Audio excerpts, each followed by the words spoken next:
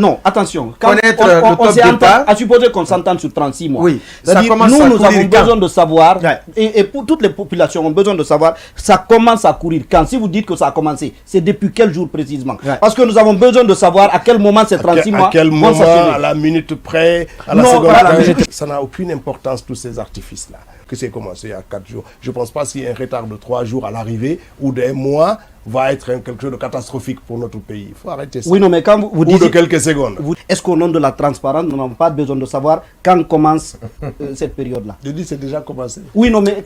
depuis quelques jours. Depuis quel jour? Depuis quelques jours. Alors... Pendant que la classe politique guinéenne se perd dans ses déclarations et s'interroge sur le motif de la création d'une commission ad hoc pour la rédaction de l'avant-projet de constitution par le président du CNT, les Guinéens ont été surpris hier d'entendre un communiqué du CNRD qui a voulu frapper un grand coup pour faire diversion avant l'arrivée de Yayi Boni, le médiateur de la CEDEAO sur la crise guinéenne.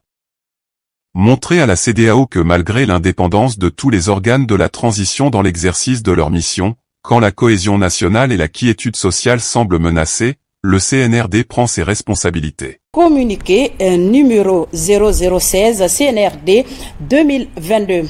Depuis le 5 septembre 2021, le CNRD a initié les concertations nationales, les assises nationales et le dialogue national, afin de conférer des chances de réussite à l'ensemble de ces actions.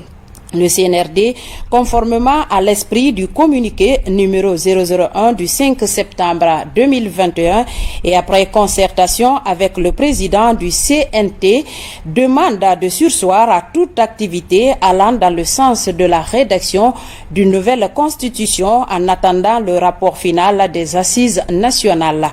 Conakry, le 10 juillet 2022 pour le Comité national du Rassemblement pour le développement CNRD, signé colonel Sadiba Koulibaly. Qui pourrait croire que Dansa Kourouma aurait pris une telle décision sans consultation du CNRD?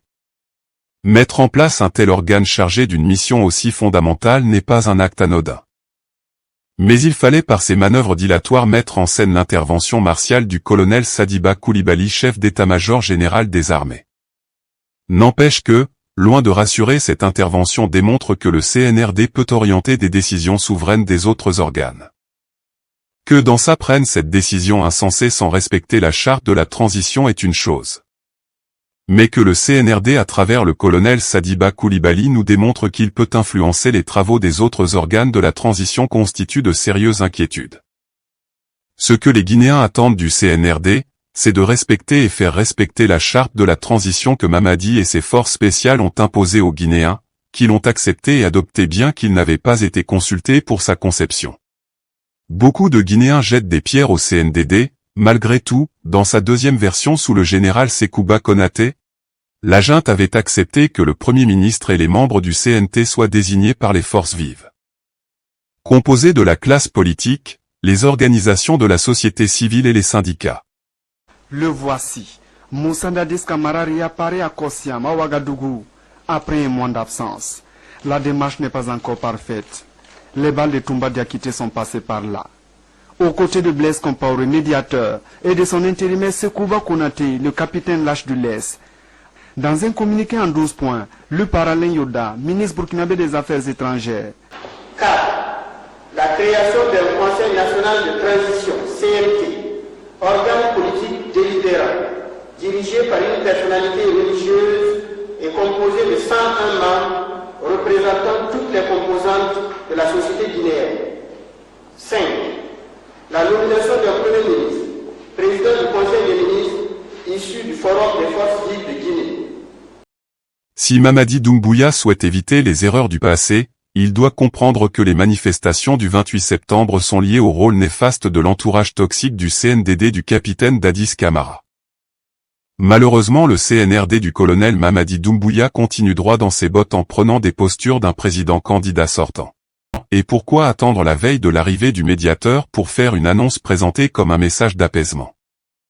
Pour ceux qui connaissent le point de vue des responsables de ces institutions fabriquées pour la cause aventureuse du CNRD sur les plus profonds clivages entre la classe politique et la junte, ils s'aperçoivent que cette annonce cache une mise en scène bon marché que ces concepteurs pensent savamment imaginer pour prouver leur bonne foi devant Yayi Boni.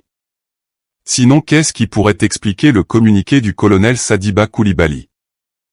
Et à quoi concrètement pouvait-il s'attendre comme réponse à ce sketch de bas étage?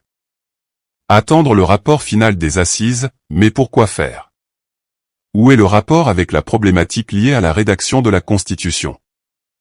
Pour quelles raisons chercher à créer des liens entre l'objectif des assises présentées par le colonel Mamadi Doumbouya comme une occasion de panser les plaies du passé trouble de la Guinée pour une réconciliation nationale, et les tractations entre les partis pour la rédaction d'une nouvelle Constitution? Une soixantaine de partis politiques et non les moindres avaient boycotté les travaux des assises. Que le CNRD voulait présenter comme un espace de dialogue pour la vérité et le pardon, parce qu'il soupçonnait la junte de vouloir se servir de ces assises pour sortir des recommandations qui doivent fatalement suivre la ligne tracée par le CNRD. Si le CNRD était animé par une volonté d'apaisement, le colonel Sadiba Coulibaly aurait simplement demandé à Dansa Kourouma d'arrêter la mise en place de ce comité ad hoc. Surseoir à toute activité allant dans le sens de la rédaction d'une nouvelle constitution en attendant le rapport final des assises nationales est insuffisant, et pousse à s'interroger sur la volonté du CNRD de respecter la charte de la transition, qui implique un dialogue entre le CNRD et les forces vives afin de s'accorder sur la durée de la transition. Par ailleurs, un président normal n'aurait jamais accepté d'aller réceptionner un rapport provisoire. Pourquoi la commission n'a pas attendu la fin de ces supposées données à compiler pour organiser tout ce cérémonial inutile? Maintenant, pourquoi depuis le 29 avril, près de 2 mois et demi, les membres de cette commission sont incapables de rendre ce rapport final? Pour détourner les préoccupations afin d'éviter tout débat autour de cette commission ad hoc de Dansa Kourouma, le colonel Sadiba Coulibaly s'est senti obligé de lui venir en aide par ce tour de prestidigitation. Donner l'impression de reprendre la main. C'est la seule raison de ce coup d'épée dans l'eau. Vous constaterez que le gouvernement refuse de faire le dialogue. On nous joue là, les dialoguer au Parlement, comme si le Parlement c'est un lieu de dialogue. Un Parlement c'est un lieu pour voter des lois. C'est pour débattre et voter des lois. Ce n'est pas un lieu de dialogue. Il y a beaucoup de parties prenantes dans l'élection qui ne sont pas au Parlement.